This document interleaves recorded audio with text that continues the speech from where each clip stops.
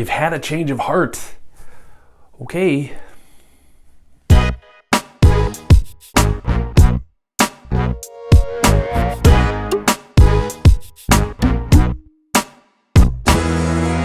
Welcome to Minneapolis Living. I'm Nick Sundahl with Akedah Homes of Keller Williams Classic Realty Northwest. Before I get into canceling that purchase agreement and what it could mean for you, I would love it if you hit the subscribe button, ring the bell so you're alerted every time I upload new content each week. Let me just start off by saying I'm not an attorney and I do not give legal advice. However, I am a licensed realtor and I do write up a lot of purchase agreements and am very familiar with them. Once a buyer and a seller sign the purchase agreement and all parties have agreed to terms, that purchase agreement becomes a legal and binding document, in which case you are expected to perform on that. A purchase agreement is really set up to protect both parties. It does not protect, however, cold feet or changing your mind. Once you enter in that purchase agreement, like I mentioned, it is a binding contract. So what can keep you from losing out on your earnest money or protecting yourself from damages if you decide to walk away from the purchase agreement? Now, the first one would be the inspection contingency. Here in the Twin Cities, we have about 10 calendar days usually written into an offer that allows you to not only perform an inspection on the property, but then get any issues that arise from that inspection figured out so then you can move forward with the purchase of the home.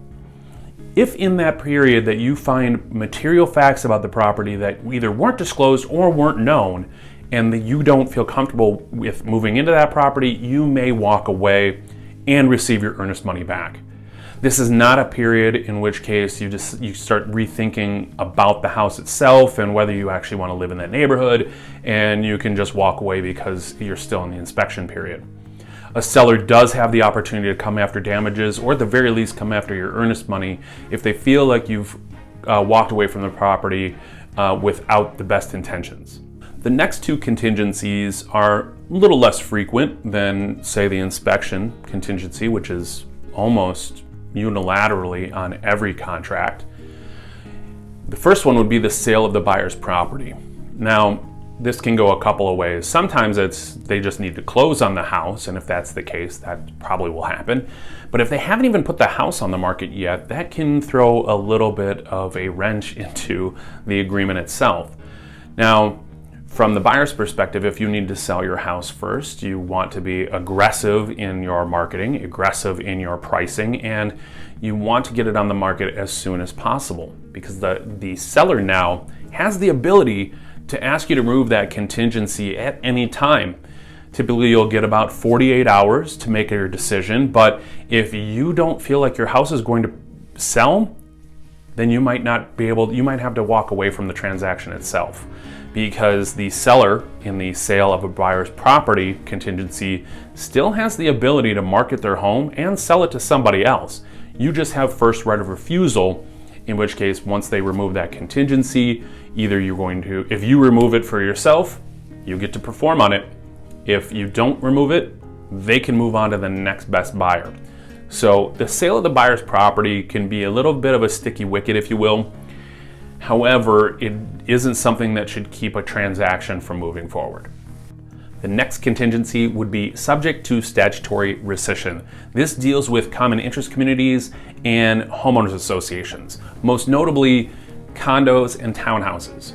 This allows the buyer to review documentation from the association, such as covenants and maybe financials and other documentation, in which case if they find something that they don't either feel comfortable with or it scares them off, they may be able to cancel that purchase agreement and walk away with their earnest money. If you're a buyer or seller that wants out of that purchase agreement, you need to contact your realtor immediately and let them know what's going on. They do have a fiduciary duty to put you in the best position possible.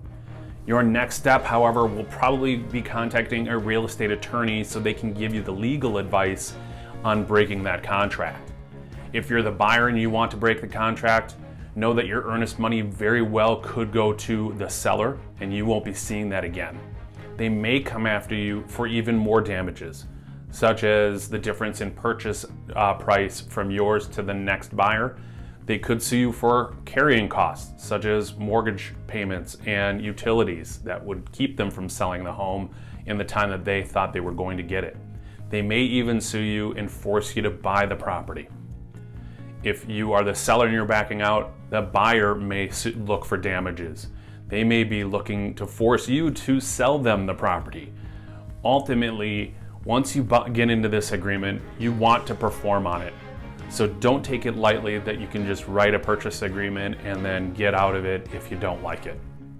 Have you run into any issues like this? I would love to hear your stories. Please comment below.